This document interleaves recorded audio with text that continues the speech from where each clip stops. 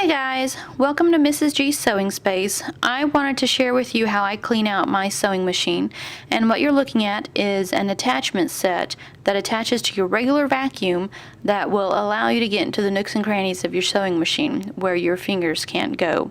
So keep on watching and we'll learn how to clean out our machines together.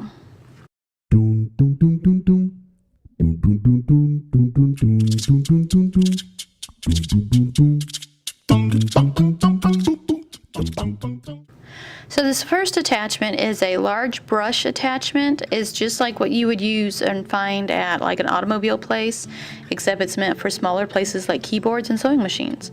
This round bristled attachment is the one I use most often, and it really gets into the nooks and crannies. And I do use this one too. This one also looks like what you would use at a to clean out your car with, the bigger ones, but that's the one I use to get into the smaller pieces. This round attachment right here and the next attachment, this angled attachment right here, I don't use. I'm not exactly sure what you use those for, but they're there, and so I keep them anyways. Now what we're looking at is the attachment that would go onto the bigger hose onto your vacuum, and I have a rubber band there because it's just slightly smaller than my vacuum hose. When I bought the set, it came with this green bag, and I keep all my bits and pieces in there together, and I keep all this in my sewing room so that when I need to clean out my sewing machine, I have it there with me. So what you see here is the smaller tube attached to my vacuum cleaner, and you can see I'm pulling it out of the tube on the vacuum cleaner, and you see the rubber band there. The black part is just slightly smaller than the hole for the tube on my vacuum cleaner, so that's why I use the rubber band. It's just enough to give it to push it in.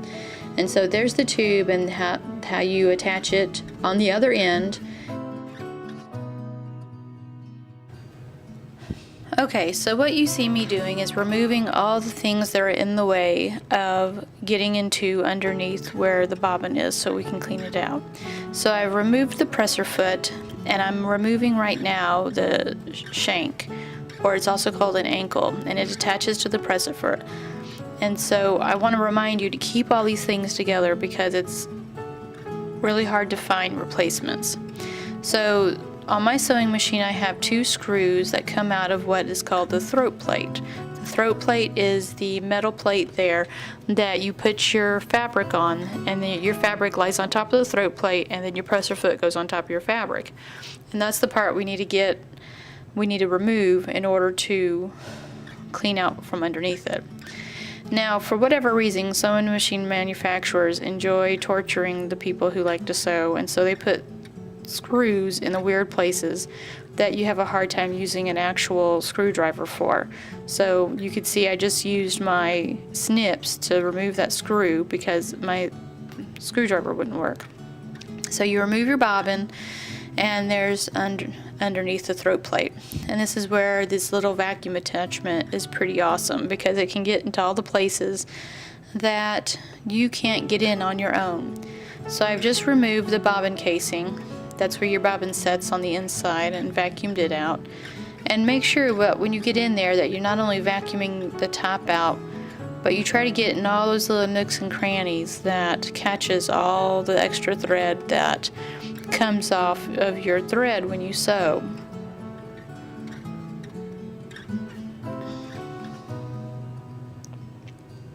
Here I am swapping out attachments using that flat car attachment. I say car attachment, but it's a smaller version of what you would see at the car wash when you need to vacuum out your cars.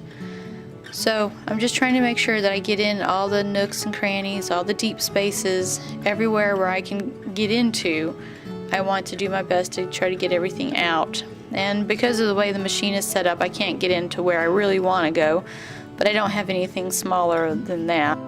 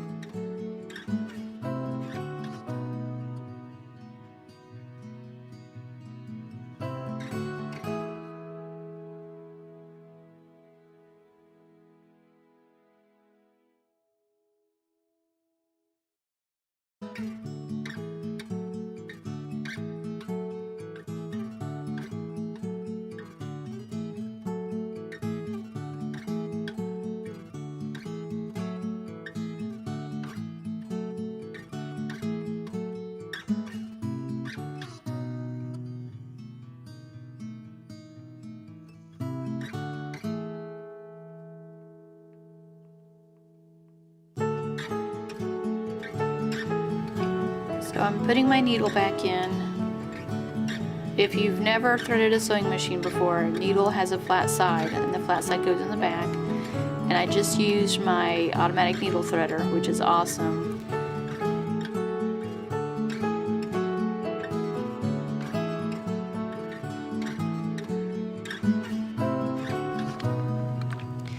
So while I was doing my sewing machine, I decided my serger needed to be cleaned out just as much as, if not more, than my sewing machine. So I'm taking the big brush and I'm vacuuming the top of my machine everywhere it needs to be. And if you've never seen the inside of a serger, well, you get a chance to see a little bit of it. My light bulb died, so you can't really see all the inside of it. But there you go. And when you serge a lot, you get all sorts of dust bunnies up in there.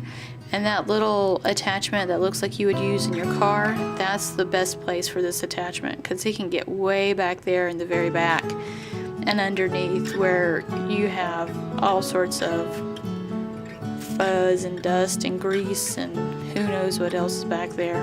So just make sure you clean it out as best as you can, because like I said, the buildup of dust and thread and fabric and just all the little bits that happen when you sew can really end up clogging your machine. And if you love your sewing machines, you need to take care of your sewing machine.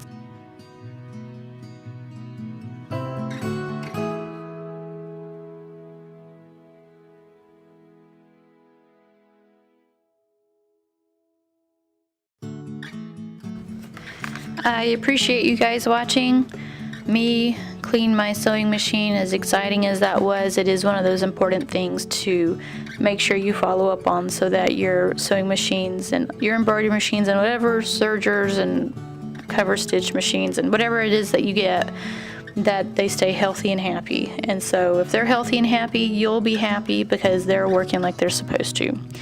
So, and I will see you guys in the next video.